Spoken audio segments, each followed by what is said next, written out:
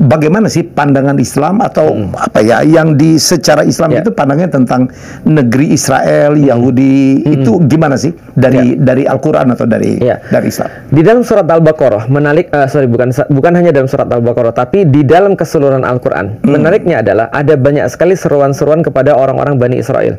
Ya Bani Israel, ya Bani Israel, banyak sekali. Artinya merupakan sebuah hal yang wajar ketika orang-orang Muslim bersentuhan dengan orang-orang Bani Israel pada saat itu. Kenapa? Karena secara logika kalau kita mau promosiin misalnya iPhone atau kita mau promosiin Samsung, ya kita pasti promosiin pada bayarnya dulu. Yang pertama sudah pakai iPhone dan sudah pakai Samsung. Ini ada update terbaru nih kan gitu kan. Nah, maka sama Islam ketika diturunkan dipromosiin pertama pada siapa? Pasti pada agama-agama Samawi, yaitu adalah Bani Israel dan juga kepada Nasrani, kepada Yahudi dan kepada Nasrani. Nah, maka kedudukan Bani Israel dan juga Nasrani kita kasih tahu dulu di dalam Islam bahwasanya mereka kedudukannya adalah mulia. Maka kita harus menepis dulu konsepsi yang salah tentang Islam terhadap agama-agama yang lain, atau terhadap Yahudi dan terhadap Nasrani, seolah-olah kita membangun sebuah kebencian ataupun apapun. Tidak. Karena kalau kita katakan Islam membenci Yahudi, berarti Rasulullah tidak akan mungkin menikahi seorang istri dari orang Yahudi. Ternyata ada, yaitu namanya adalah Bunda Sofia. Nah, maka pandangan kita terhadap Bani Israel, kita menganggap mereka bahwa mereka adalah saudara, bahwa mereka adalah saudara tua, mereka mendapatkan wahyu sebelum kita, lalu kemudian ketika Islam itu datang, kita menganggap mereka adalah sebagai satu paduan yang sama. Maka Al-Quran mengatakan bahwasanya nabi-nabi sama dari Adam, lalu kemudian Nuh, lalu kemudian Musa, Isa, dan seterusnya, itu adalah nabi-nabi yang sama semua. Bahkan menjadi sesuatu yang bersifat salah besar ketika kita membedakan antara satu nabi dengan nabi yang lain. Ada kata-kata sangat jelas sekali dalam Al-Quran, la nufarriqu baina ahadim mir rusulih. Kita tidak pernah membedakan nabi satu dengan yang nabi yang lain di dalam sejarah para nabi itu. Kalaupun Nabi Muhammad diangkat sebagai Sayyidul Anbiya, sebagai pemimpin daripada para nabi, itu adalah urusannya Allah, bukan urusan kita. Tapi kita tidak melihat nabi-nabi yang lain berbeda. Jadi maksudnya Ustaz, saya betul, nabi-nabi tadi itu adalah nabi yang semuanya bertauhid kepada Allah. Bertauhid pada Allah. Maka kalau walaupun belum istilah Islam ya. Belum istilah Islam. Tapi sebenarnya di dalam Al-Quran mereka dikatakan sebagai Muslim. Mereka dikatakan sebagai orang yang berserah diri. Nah, di sini ada perbedaan pendapat, walaupun kita tidak akan go into detail ya. Tapi yang menjadi sebuah kesepakatan adalah bahwa mereka semua adalah orang-orang yang bertauhid kepada Allah. Kalau ditarik garis yang sama antara orang-orang Yahudi dengan orang-orang Bani Israel, Yahudi dengan orang Muslim, maka mereka dapatnya pada Ibrahim atau Abraham. Maka ketemunya di situ. Betul. Dikatakan sebagai bapak daripada para nabi, Abul Anbiya. Abul Anbiya dalam bahasa Arabnya. Dia bapak para nabi, kita mengakui Ibrahim. Mereka juga mengakui Abraham. Nah, maka kemudian ketika sudah turun menjadi kemudian Ishak dan kemudian Ismail, lalu kemudian turun lagi jadi Yakub, dari Yakub muncul Bani Israel. Semua adalah nabi-nabi yang kita akui semua. Nah, jadi itu pandangan kita terhadap mereka. Nah, lalu di mana kemudian letak negatifnya? Letak negatifnya yang kita lihat adalah pertama-tama Allah sampaikan, ini adalah bangsa yang Allah kemudian pilih. Bangsa yang kemudian Allah kasih kemudian tauhid. Bani Israel. Dan mereka adalah mendapatkan covenant daripada Allah, mendapat sebuah perjanjian dengan Allah, yaitu adalah mereka tidak menserikatkan Allah, mereka tetap kemudian beribadah pada Allah. Dan ini yang terjadi mereka ingkari ketika mereka dibawa oleh Musa. Di situ di dalam surat Al-Baqarah diceritain mereka kemudian membuat patung sapi, lalu kemudian mereka saling membunuh di antara mereka membunuh para nabi juga, mereka berkata dusta, serakah dan seterusnya, mengingkari perjanjian dengan Allah. Nah, sehingga kemudian Allah mencabut perjanjian itu. Nah, itu pandangan kita terhadap mereka. Jadi kalau artinya terhadap Yahudi kita sebenarnya sangat baik sekali. Dan dalam fakta sejarah kita tahu bahwasanya ada videonya orang-orang Yahudi pertama kali mendarat di kota pelabuhan Haifa, itu bawa kemudian spanduk. Kami ditolakin di mana-mana, Eropa membunuh kami tidak punya tempat untuk kembali. Dan itu fakta, fakta kita menerima. Dan bahkan ketika Umar bin Khattab membebaskan Baitul Maqdis, maka kunci itu diserahkan sama pendeta Sophronius kepada Umar bin Khattab.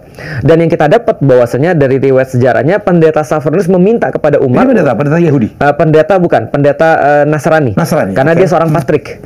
Dia patrik ortodoks berarti. Nah, dia menyerahkan sebuah kunci lalu berkata, tolong teruskan perjanjian kami semenjak zamannya Hadrian, yaitu Yahudi tidak boleh masuk ke dalam Baitul Maqdis.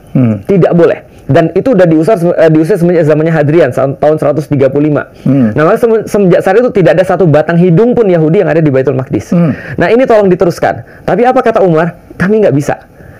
Karena di dalam agama Islam kami tidak bisa untuk memandang Yahudi seperti itu. Ini adalah ini Umar justru yang ini yang adalah protes, tanah ya? untuk semua orang. Maka semenjak saat itu Baitul Maqdis terkenal atau Syam terkenal dengan sebuah wilayah untuk kedamaian tiga agama. Tiga agama. Dan menjadi sebuah percontohan untuk hampir 1000 tahun ke depan. Untuk percontohan tentang seperti apa kedamaian itu oleh Umar bin Khattab. Nanti kita memandang mereka ya sangat baik sekali sih sebenarnya. Maka sampai sekarang masih ada Jewish quarters. Bahkan sebelum adanya negara Israel. Ada kemudian quarters buat orang-orang Nasrani. Itu semua dijaga baik oleh Umar. Jadi gitu, itu pandangan kita terhadap mereka. Jadi sekarang kalau belajar dari itu kan kita tidak perlu berkonflik dengan agama lain ya Ustaz ya? Sangat. Bahkan sebenarnya kita itu menyeru kepada mereka untuk benar-benar menjadi satu. Makanya di dalam Al-Qur'an kan kita menyuruh mereka untuk ila kalimatis sawa, kepada satu kalimat yang sama, yaitu adalah bahwa kita sama-sama bertuhan yang satu. Ya. Nah, walaupun Rasul memperingatkan bahwasanya memang ada yang namanya karakter kolektif. Karakter kolektif ini adalah karakter turun-temurun misalnya. Misalnya orang-orang Sumatera atau orang-orang Melayu itu biasanya mereka merantau. Nah, tapi tradisi merantau mungkin tidak sekuat itu di kalangan orang-orang Sunda atau orang-orang yang lain misalnya. Tapi kalau Jawa itu juga sama, tradisi merantaunya sangat kuat. Nah, ini ada karakter kolektif pada Yahudi yang Rasul minta kita untuk hati-hati. Karena mereka bakal bisa jadi sebagai musuh terbesar kalian. Bukan kata Rasul, kata Allah di dalam Al-Qur'an, bahwa saya musuh terbesar kalian nanti adalah diperingatkan ya? Diperingatkan. Dan teman terbaik kalian adalah orang Nasrani. Kata Allah di dalam Al-Qur'an. Kenapa? Karena karakteristik orang-orang Nasrani sebenarnya mereka mau untuk jadi baik. Pandangan kita sekali lagi ya, disclaimer kita ya, mereka mau untuk jadi baik tapi nggak tahu caranya. Sedangkan orang-orang Yahudi ini udah tahu caranya, tapi sengaja. Makanya ada beda antara makdub sama dolin di dalam surat Al-Fatihah. Makdub itu dimurkai Allah. Kenapa murka Allah? Karena mereka tahu yang mana yang benar tapi nggak mau. Sedangkan dolin itu adalah orang-orang yang mau tapi nggak tahu. Jadi Yahudi ini makdubnya. Makdub. Sedangkan Nasrani dolin. Dalam hal apa ya mereka harus dihati-hati? Kepintarannya kah? Sebenarnya jadi gini, bagi saya orang gila sama orang jenis itu sama bahannya. Maka orang-orang berbahaya dan orang-orang baik itu sama bahannya. Maka kita harus hati-hati dengan orang-orang yang benar-benar baik sama kita, karena mereka akan membenci dengan taraf yang sama. Nah, maka kita juga harus hati-hati pada orang-orang yang pintar, karena mereka bisa jadi jahat dengan taraf yang sama. Nah, maka kalau orang-orang Yahudi ya itulah orang bilang your gift is your curse. Your gift is your curse. Jadi ya yang menjadi karunia bagimu itu juga bisa jadi kutukan bagimu. Maka mereka bilang knowledge is a curse. Ya, di lain sisi knowledge is power. Ya, karena setiap segala sesuatu punya dua mata sisi. Betul. Artinya kalau kita lihat Yahudi itu kekurangannya apa ya? Karena mereka pintar, betul. Karena mereka pintar, kadang-kadang mereka merasa lebih tahu daripada Allah. Dan itu di state di dalam Al-Qur'an. Ketika mereka minta untuk adanya raja, Allah angkat pada mereka Tolut. Ketika diangkat Tolut, mereka komplain. Mereka bilang, raja macam apa ini? Lebih kaya kami lah. Lebih hebat kami lah. Nah, mereka komplain. Nah, karena kepintaran mereka tadi. Karena orang bodoh kan nggak mungkin komplain, Mas.